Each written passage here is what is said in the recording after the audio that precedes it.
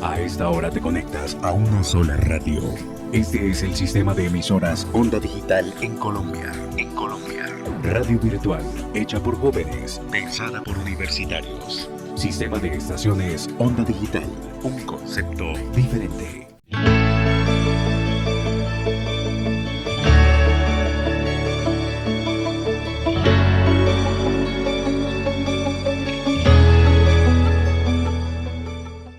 Hola a todos, bienvenidos al segundo episodio de esta serie que hemos denominado Charlemos sobre descarbonización. Este podcast, recordemos que hace parte de la estrategia de comunicaciones para divulgar los principales logros en materia de descarbonización que hacen parte del proyecto de regalías en la región de los Llanos Orientales, que actualmente coordina la Universidad Cooperativa de Colombia, sede Medellín, en los departamentos de Meta y Arauca. Para este segundo episodio vamos a orientar la charla hacia la construcción de ciudades sostenibles enfocados desde la movilidad. Este es nuestro tema. Y para eso vamos a girar la charla alrededor de 3 ejes fundamentales. Construcción de ciudades sostenibles, presente y porvenir de las infraestructuras sostenibles colombianas y ciencia y manejo de datos para temas de movilidad. Al final, queremos proponerte un call to action a partir de este mensaje tan importante que nos van a compartir. ¿Qué podemos hacer? ¿Cuáles son esos primeros pasos que nosotros podemos empezar a recorrer para aplicar todo lo aprendido? En esta oportunidad quiero invitar muy especialmente o introducir a nuestro segundo invitado, porque él ya había estado con nosotros antes, pero en otro escenario diferente, que fue en el panel sobre infraestructura sostenible que tuvimos hacia el mes pasado ya. Y se trata del ingeniero civil Juan Camilo Gómez González. Juan Camilo, además de ser ingeniero civil, es también magíster en Ciencias Administrativas de la Universidad de Medellín.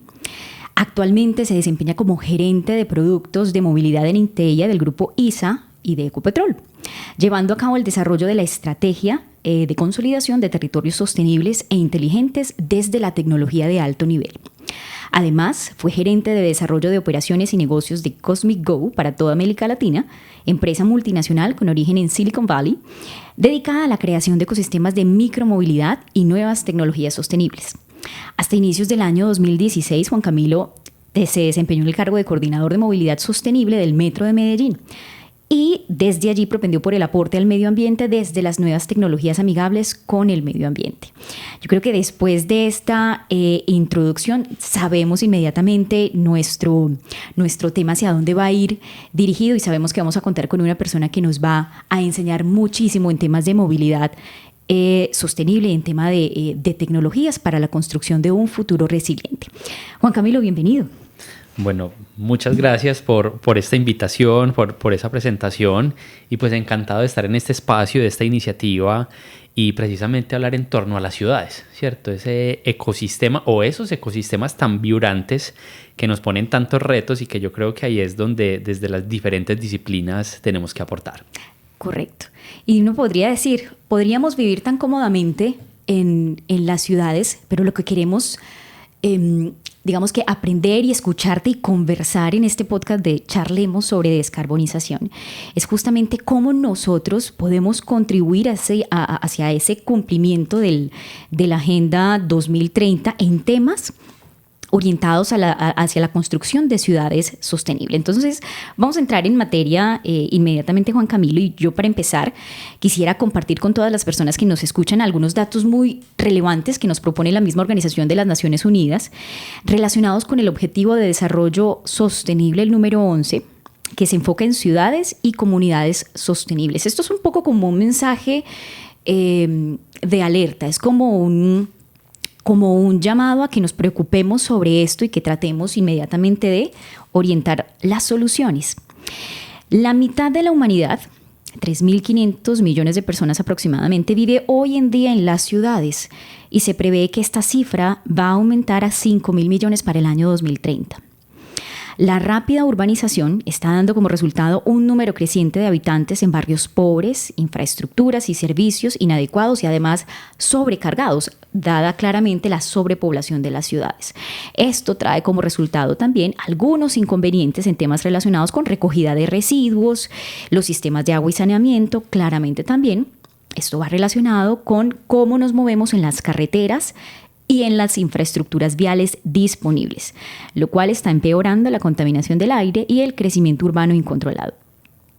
Finalmente, las ciudades del mundo ocupan solo el 3% de la Tierra, pero representan entre el 60 y el 80% del consumo de energía y el 75% de las emisiones de CO2. Claramente, al ser más, contaminamos más, necesitamos más recursos energéticos para el desarrollo de nuestras actividades diarias.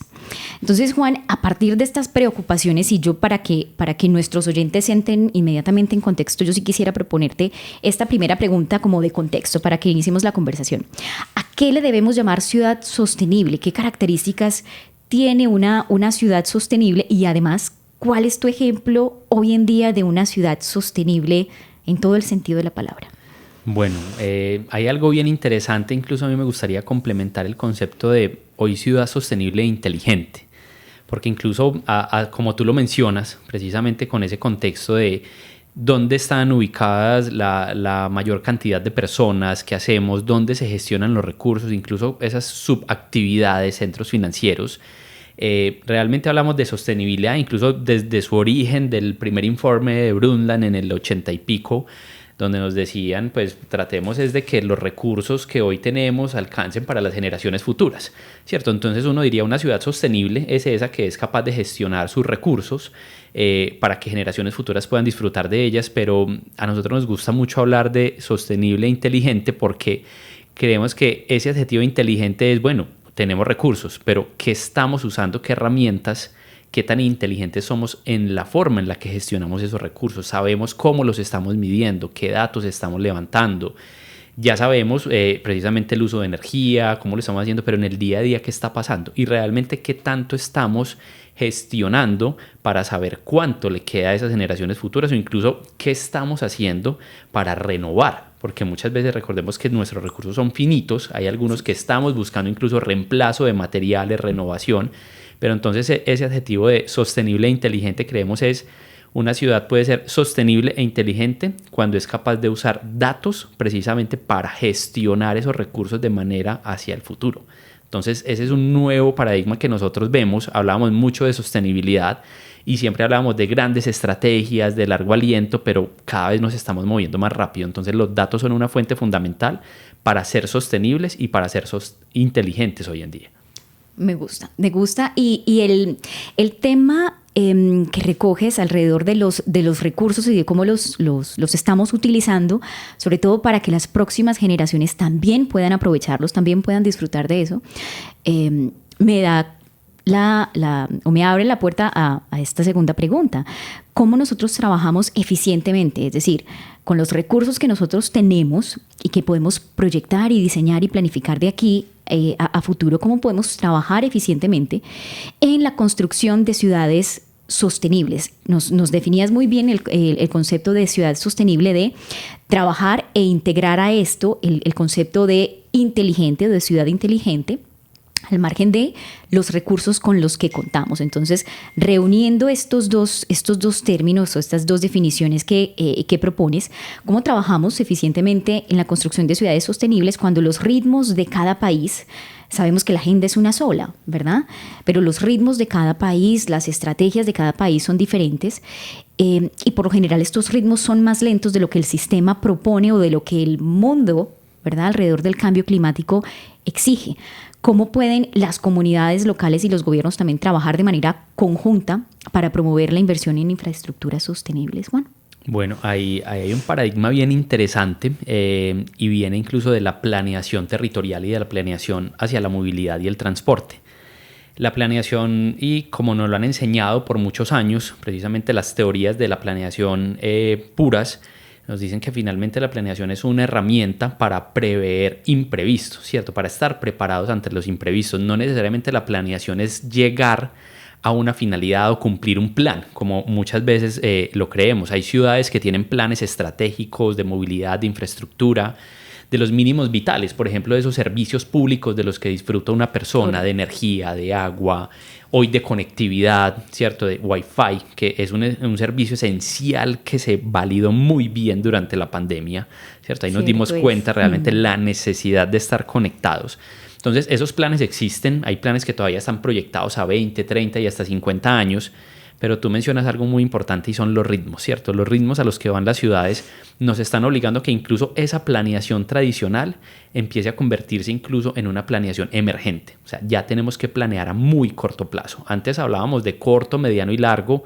Corto plazo 2 años, mediano plazo 5 años, esos largos plazos 10, 20, 30, pero hoy ya tenemos que planear literal, es para el año siguiente. Estamos hablando a veces hasta de 6 meses. Porque lo que está llegando en demanda de la gente y sobre todo porque cada vez tienen más acceso a información, cada vez tienen más acceso a redes, lo demandan más rápido. Si ven que en otro país tienen una solución, dicen ¿por qué no hacerlo en Colombia? Claro. Porque si esto me está llegando en cuestión de segundos, alguien que está publicando incluso con un cambio horario, seguramente hoy en París con 7, 6 horas de diferencia, porque si lo están viendo en este momento dicen ¿y eso por qué no puede suceder aquí? En el Congo, en cualquier parte del mundo. Entonces, eso es súper importante y ahí es donde vuelve la tecnología a aparecer. Yo creo que ese ha sido un gran dinamizador que está cambiando incluso la forma de pensar y planear territorios y es donde el paradigma de la planeación nos está llevando a otro momento. Seguramente en muchas escuelas hablamos de planeación territorial, de pensar lo urbano, de cómo integramos usos del suelo con las funciones de digamos, esas capacidades básicas que debe tener para suplir, digamos, lo que requiere una persona, vuelvo y reitero, lo que requiere en energía, en conectividad, en agua, esos mínimos vitales.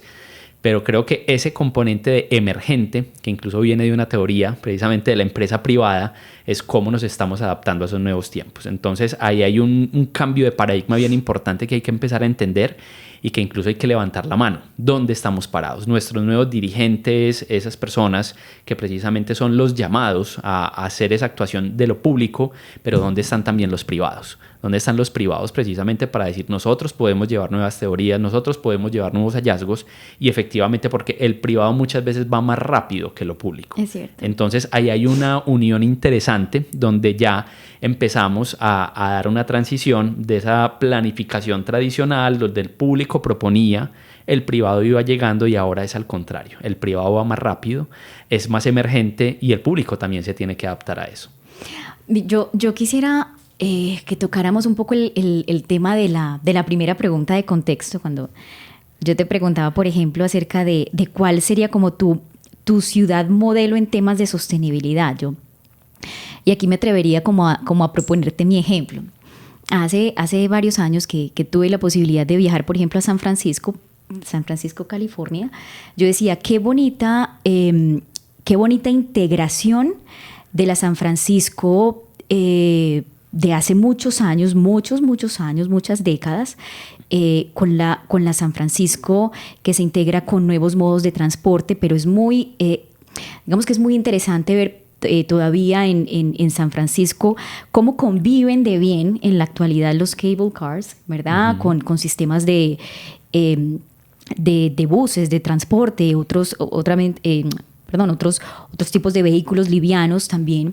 Yo decía, qué bonito y mirar, por ejemplo, el tema de ciudades resilientes que lo tocábamos o de infraestructuras resilientes que lo tocábamos recientemente también en el panel, que pudiéramos nosotros lograr a partir de lo que tenemos como ese concepto.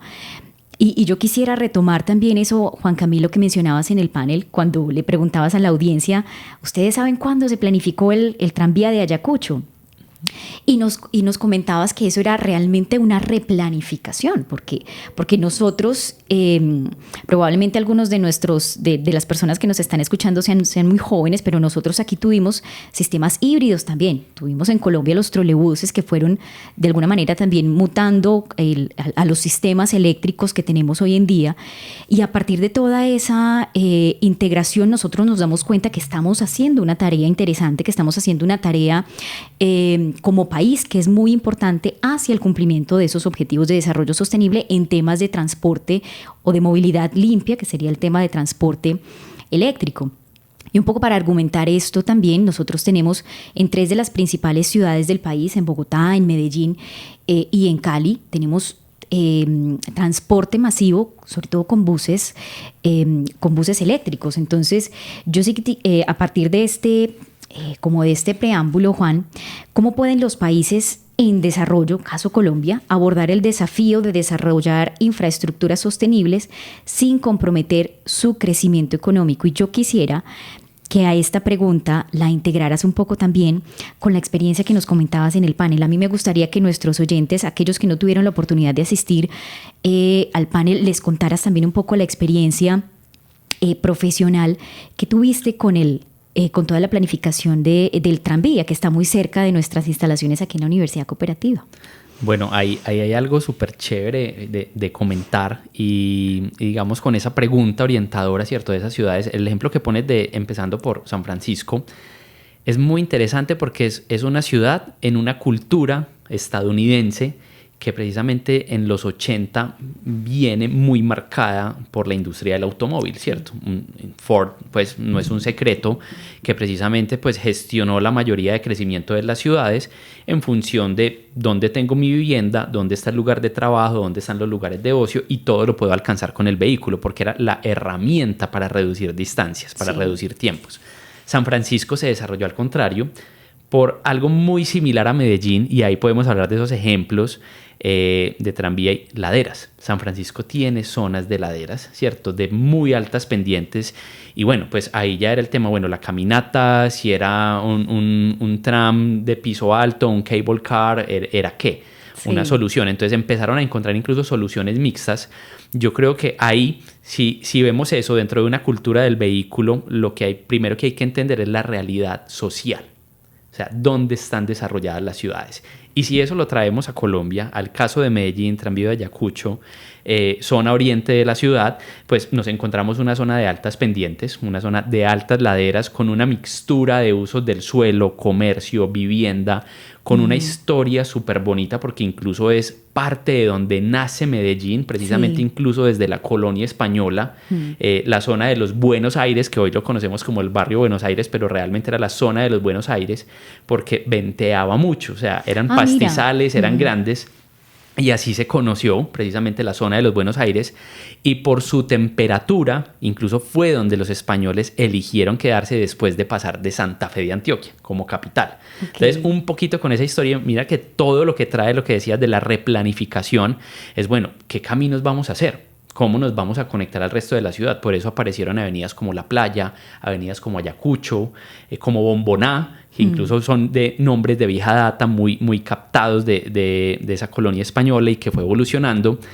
Y después decir, bueno, hay soluciones, hay que irse adaptando. Incluso ese paradigma se mantuvo durante muchos años y es, claro, en Europa vemos trolebuses, buses alimentados por una catenaria, por energía eléctrica, y ¿por qué no lo podemos tener en Colombia? Fueron los privados los que hicieron el esfuerzo de empezarlo a traer. Había empresas municipales incluso de operación de trolebuses. Entonces esos paradigmas van llegando, y dentro de eso lo bonito de la replanificación es poder rescatar eso. Seguramente muchas personas no sabían, bueno, ¿y qué pasa?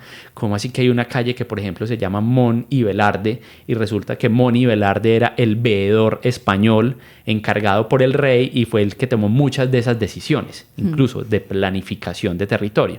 Entonces, en ese contexto, por ejemplo, del tranvía, esa replanificación implicó entender muchas realidades sociales e incluso entender mucha historia. Que había un imaginario de un tranvía, o sea, todavía recordemos que aquí viven muchas personas de la tercera edad, ¿cierto? Entonces, cuando se hablaba de tranvía, lo primero que se les venía a la mente, el tranvía donde yo viajé pequeño.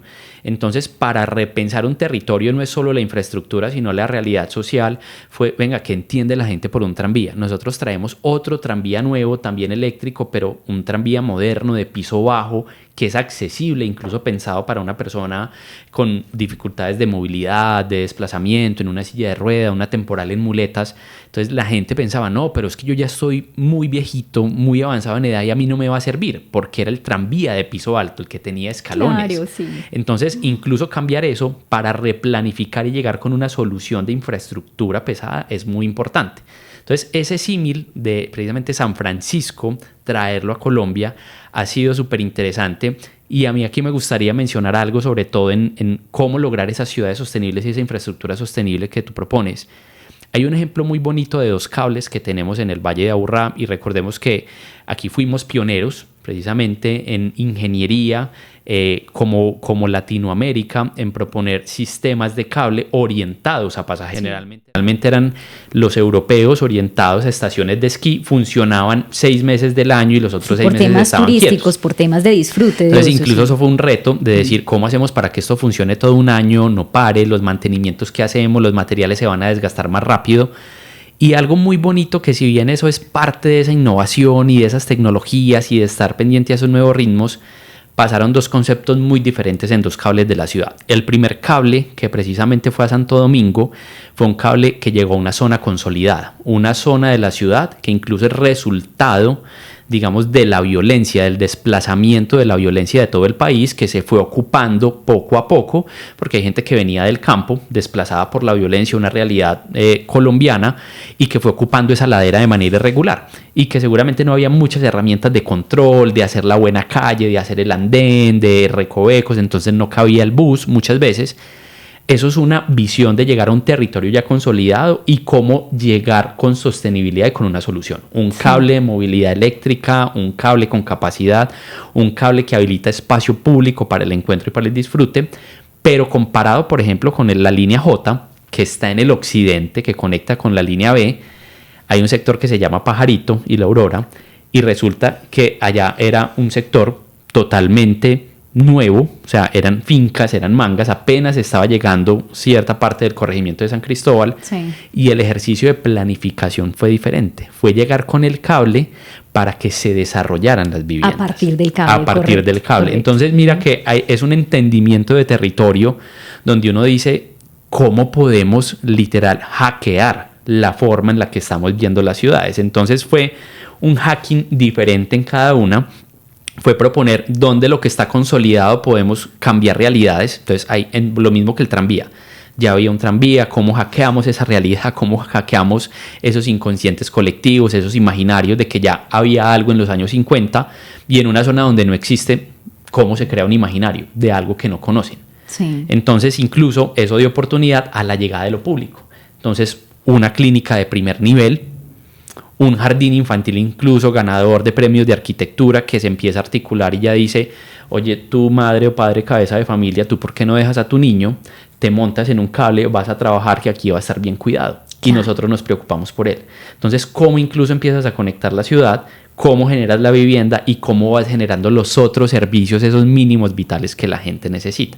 Eso es verdaderamente generar sostenibilidad, porque esta gente sí tiene una conciencia de apropiación y de cuidar, porque les está atendiendo sus necesidades, y ellos ya empiezan a decir, bueno, si mis hijos están en una guardería, si están bien cuidados, yo puedo ir a trabajar, yo por qué no hago un aporte extra, por qué no cuido incluso esto que me están brindando y voy generando sostenibilidad, incluso social. O sea, ¿cómo empiezo a generar ese cambio de chip? Yo creo que eso es clave precisamente para que las infraestructuras duren en el tiempo y es también generando apropiación. No, me parece súper interesante, Juan, ese contraste que haces entre, digamos que los 2 entornos que sirve hoy en día, las 2 líneas de Metrocable, uno llegar a un territorio consolidado y otro ávido de planificación, y cómo todo ese territorio fue creciendo en su planificación a partir de los servicios que ya estaba brindando el Metrocable. Me llama mucho la atención también que tocas el tema de la tercera edad. Y a mí eso me parece fundamental, y sobre todo lo voy a conectar con esta última pregunta, porque mira que nuestros abuelitos se montan a un tranvía, o por ejemplo voy a colocar fundamentalmente el tema del metro, que en el tranvía también existe, pero que te digan el próximo tren pasa en 2 minutos, el próximo tren pasa en 4 minutos. Probablemente nuestros padres, nuestros abuelos veían eso, quizás hasta en algunas películas, ¿cierto? Como que eso pasaba, era en otros países, y que la gente empiece como es que venga, es que me dice que pasa en 2 minutos, efectivamente pasó en 2 minutos, o que pasa el próximo en 9 minutos, entonces me da tiempo de ir por un café, me da tiempo de hacer una llamada. Cómo toda esa ciencia de datos, cómo toda esa tecnología de datos está digamos que integrando a una cultura que sí es de jóvenes, pero que también está siendo resiliente con las personas de la tercera edad. Me parece muy bonito eso que decías, que listo, nuestros abuelos disfrutaron de los trolebuses, pero era otra infraestructura. Están ahora accediendo a un modo que es muy amigable para ellos, y que claro, recordarán también, porque eso hace parte de lo cultural, recordarán cuando se movilizaban en un sistema que era parecido. Pero quisiera cerrar con esta pregunta, y es todas estas ventajas de los proyectos que se están realizando con ciencia y manejo de datos para temas de movilidad. ¿De qué manera, aunque ya nos has expuesto unas ventajas importantes, pero de qué manera estos contribuyen, y además de la tecnología, para gestionar la movilidad y en general la infraestructura? Bueno, hay algo súper importante, es que nos permite hacer nichos o caracterización de nichos. Generalmente los sistemas de transporte, las infraestructuras, digamos que habían sido más agnósticos como a vincularse a este tipo de estrategias, ¿cierto? Uno decía, mi nicho es una persona que se moviliza en transporte público. Sí. Hombre, mujer, en cierto rango etario, cierto rango de edad, pero nunca íbamos más allá, ¿cierto? ¿Cuáles son sus hobbies? ¿Qué le gusta? ¿Dónde compra? La ciencia de datos hoy nos está permitiendo ir un paso, incluso muchos más pasos allá de solo la actividad que creemos es la principal, movilizarse. Temas como la conectividad de un celular, que con ese celular puedas pagar el medio de transporte, puedas validar en cuántos minutos llega, pero al mismo tiempo ves una pantalla en la parte exterior de la estación y esa misma información coincide con la de tu celular, o sea, todo lo empiezas a ver interconectado. La gente empieza a generar un sentido de confianza, es decir, oye, lo que tú dices, si me dicen que en 2 minutos, de verdad es 2 minutos, o sea, hay algo que está funcionando y eso cambia imaginarios. Y cuando tú generas confianza, eres capaz de abrir puertas de datos a estos ecosistemas, es decir, cuando tú ya en una aplicación dices, bueno, y si el día de mañana me permiten pagar los servicios públicos, si el día de mañana yo puedo programar mi viaje, por ejemplo, nosotros tenemos una app que se llama AppImotion, donde la gente gestiona su movilidad en los grupos empresariales y le medimos la huella de carbono. Pero más de ir allá, estamos generando comunidad, porque incluso generamos un modelo de ranking de quién se mueve más o menos sostenible, ¿cierto? Quién acumula más puntos sostenibles. Pero en ese modelo de comunidad, incluso la gente empieza a compartir. A mí me gusta más la bici, a mí me gusta más la moto, a mí me gusta más el auto, y no estamos estigmatizando, sino que vamos ese otro paso más allá. Y de pronto el día de mañana hay alguien que está más dispuesto a decir, ¿sabes qué? Yo hoy de pronto hago un pooling con un compañero porque de pronto no estoy sumando tantos puntos en la moto o en el carro como pensaba. Empiezas a conocer eso. O de pronto incluso ya con estrategias de marketing, incluso orientados a la movilidad, empiezas a gestionar temas como, oye, es que esta persona toma el transporte público es para ir a tomarse un café, para ir a jugar fútbol con los amigos, pero ¿dónde juegas fútbol? ¿Dónde va la gente en Medellín a jugar más fútbol? La gente incluso en Medellín de pronto sale a rumbear y lo ponemos en todo el Valle Aburrá en sistema de transporte público. Sí sucede, pero ¿cuántos nos estamos preguntando eso? Incluso el tema del tiempo. ¿Quién viaja en la mañana, en la tarde y para qué actividades? ¿Qué es lo que voy a hacer después? Entonces la ciencia de datos nos está dando unos insumos súper importantes y especialmente la pandemia fue un dinamizador de ese modelo. Especialmente porque antes pensábamos, viajan 1 millón de personas, 2 millones, 3 millones, en promedio en el Valle de Aburrá se hacen de 6 a 8 millones de viajes, incluso con la última encuesta Origen-Destino que se hizo en el día, en promedio.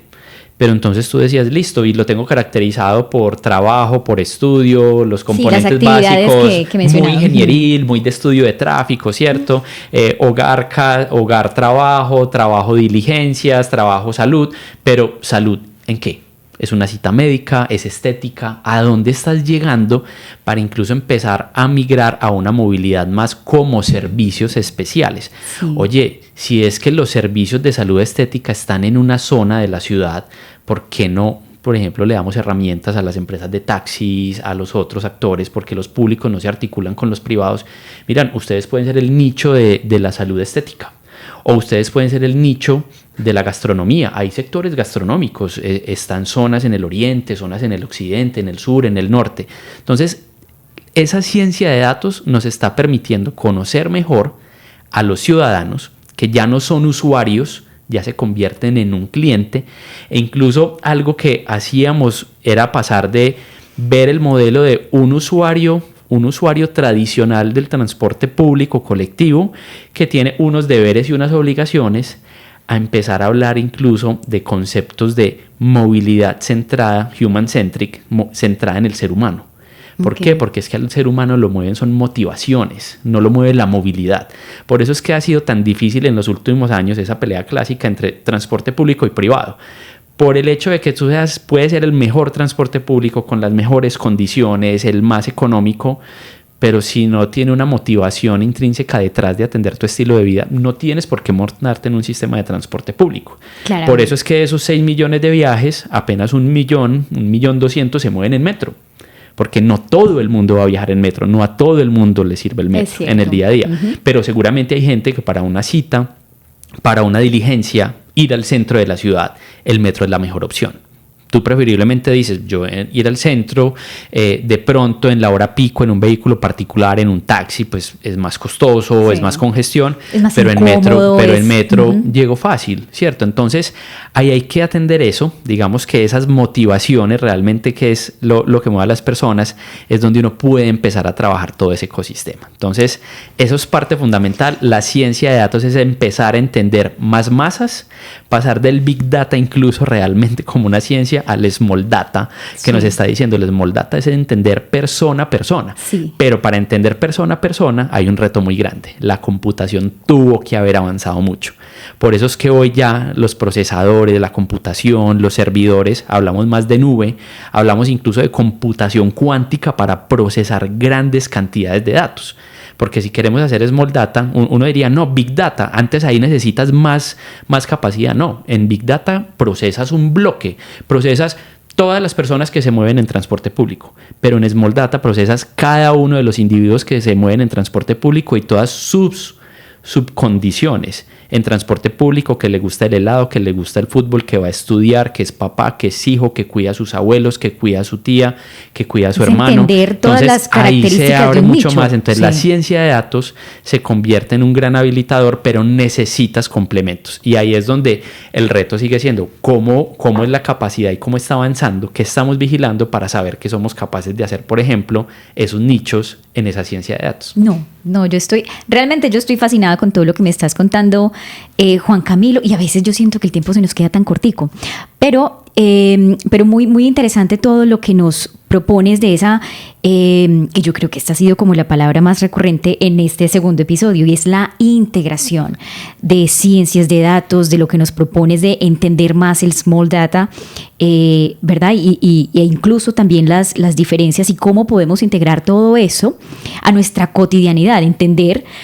También me cambias un paradigma a mí, o sea, entender que no solamente la movilidad es lo que nos mueve, es cierto, uno a veces como que no entiende el trasfondo de algunas de sus rutas o de sus modos de transporte. Pero para finalizar, Juan, te quisiera entonces como proponer, nuestros oyentes fundamentalmente son estudiantes, es una comunidad académica de todas nuestras sedes en la Universidad Cooperativa, pero también esto es un público que se está creciendo hacia investigadores, hacia científicos, comunidad en general, que todos estos conceptos sencillos que tú explicas, y los explicas más bien de una manera sencilla, los conceptos son complejos, como entender y saber desde su cotidianidad, ellos qué pueden ir haciendo en temas de movilidad sostenible, o sea, cómo pueden empezar ellos a integrarse con todo lo que ya la ciudad les está brindando a partir de todo lo que nos comentaste. Ese call to action me gustaría que nos lo dejaras para finalizar. Bueno, para mí el call to action sería empezar a entender tu propia data como ciudadano. Okay. Yo creo que eso es algo que generalmente no se menciona, porque las invitaciones es, no, te invitamos a usar medios más sostenibles, a ser más amigable con el medio ambiente, si te puedes mover en bicicleta, perfecto, pero primero entiende tus datos, analízate tú mismo. Entonces, entender tus datos es ¿qué? Haz un análisis básico de tu movilidad en la última semana. Si tú vienes a estudiar los 5 días de la semana, o tienes, por ejemplo, calendarios mixtos, un día virtual, un día, el lunes en qué me moví, cuánto tiempo me demoré, cuál fue mi medio de transporte, y ahí empezar a preocuparte cuál será, por ejemplo, el impacto de lo que yo hice en huella de carbono, y eso en qué desencadena, y la huella de carbono va asociada a qué. ¿cierto? Y ese carbono que yo hice, que eso es como intangible, como que no sé, como yo me moví en bicicleta, pero ¿dónde quedó el carbono? Pero eso tiene una contraprestación, es que resulta que por yo moverme así es una fuente que no se usó. Y eso se convierte después en externalidades y las externalidades se pueden medir y resulta que incluso se pueden convertir en plata. Entonces yo creo que es primero entender esos datos, hacer un balance de mi última semana, cómo me moví, eso te hace consciente. Y si uno es capaz de entender eso, yo creo que la invitación es empezar a decir a los chicos, la movilidad sostenible e inteligente está ahí, está en los datos. Cuando tú empiezas a entender patrones, nichos, empiezas a entender los dos. Y cuando uno entiende dolores, lo que en inglés generalmente en las teorías de problemas le dicen a uno los pain points, es los dolores se convierten en soluciones. Entonces, cierto. Muchas veces, y sobre todo ahora en esta era de las startups y de que todos podemos hacer algo, de que la inteligencia incluso artificial nos ayuda a hacer aplicaciones ya de la nada, de pronto dicen, no, yo tengo la idea. Pero una cosa es la idea y otra cosa es solucionar el dolor. Entonces, si uno empieza a entender esos datos por uno mismo, hasta uno puede decir, si mi dolor es que tengo que ir 4 veces en la semana a la universidad y es costoso y no me está alcanzando de pronto para otra cosa, o me demoro más tiempo y no tengo tiempo para, no sé, para videojuegos, para escuchar música, o de pronto la zona por donde circulo no es segura, bueno, ya tienes un entendimiento con tus datos, de pronto ahí empiezas a hacer el hacking. Bueno, ¿y yo qué pudiera hacer? ¿Será que hago una app colaborativa entre mis amigos y que me digan, oye, de pronto hoy no es bueno circular por esta zona? ¿O hago una app colaborativa y, hey, creemos una ruta segura y vámonos un grupo de 10 personas caminando, seguramente no nos va a pasar algo? O al contrario, es más agradable caminar juntos, o nos vamos en bici juntos, o nos vamos en carro juntos, o compartamos, ¿por qué no? Un vehículo, un taxi, claro. Aunque ahí hay algo, una línea gris, ¿cierto? Un taxi no debería ser pooling porque no está arreglado por la norma colombiana, pero también eso es parte. ¿Por qué no mirarlo incluso a la luz de lo jurídico y de lo legal? ¿Por qué no hackear hasta la norma? Y literal decir, si ya intentaste y validaste todos esos datos y te das cuenta, es que la norma es la que no permite ser más sostenible, pues es preferible que viajen 4 personas en un taxi compartiendo la tarifa que genera beneficios para todos. Claro. Es un viaje en taxi, igual le sirve al conductor, le sirve al propietario. 4 personas ahorraron trayecto y no 4 personas en un taxi ocupando más infraestructura vial. Entonces, ¿será que tenemos que hackear eso? ¿Será que tenemos que validar o ya lo están haciendo, por ejemplo, los servicios de Uber, de Didi, de Cabify? Entonces, el universo es grande, pero yo empezaría literal en esa invitación por empezar a hacer ese ecosistema de entendimiento de nuestros propios datos. Perfecto. Y yo creo que yo voy a ser la primera en hacer la tarea. Me voy a medir digamos que en mi tracking semanal.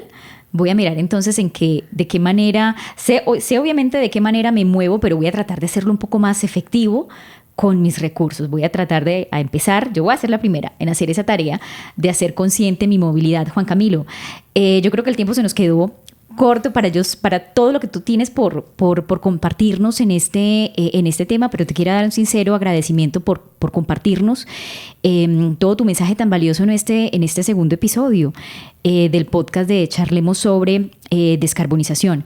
A todas las personas que nos están escuchando, ya sea a través del video podcast o por todas las señales que vamos a tener en Spotify, les agradecemos que sigan vinculados a todos estos episodios que se van a estar transmitiendo con una periodicidad mensual. Cada vez vamos a tener también temas que van a ser de mucho interés para la comunidad en general. Entonces, Juan Camilo, muchísimas gracias por participar en este video podcast. De nuevo, muchas gracias por la invitación. Feliz de estar acá. Creo que son conversaciones que hay que activar, hay que generarlas. Sí.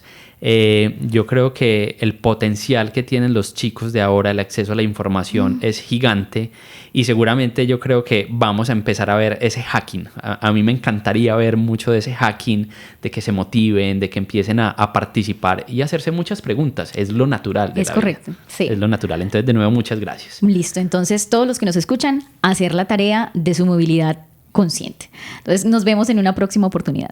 Por un país que nos inspira y sin barreras. Por mi familia, mi ciudad, Colombia entera. Siempre lo damos todo, visión y desarrollo. Por montañas, llanuras y valles, la excelencia nos hace más grandes. Una misma familia.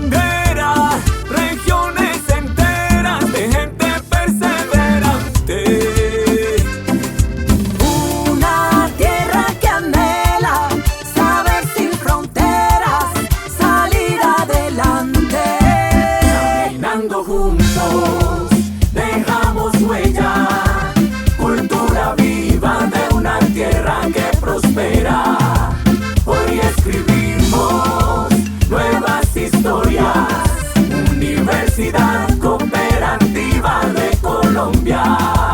Colombia nos inspira, queremos calidad y mejorar tu vida, llevando educación por mi tierra querida, propósito y pasión, trabajo y armonía.